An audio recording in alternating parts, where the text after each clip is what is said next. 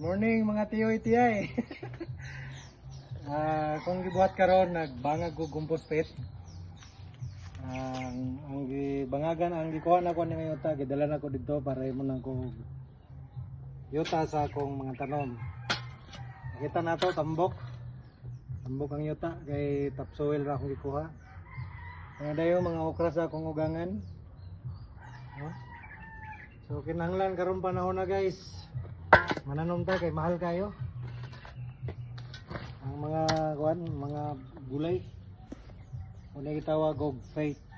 Food always in the home. Faith.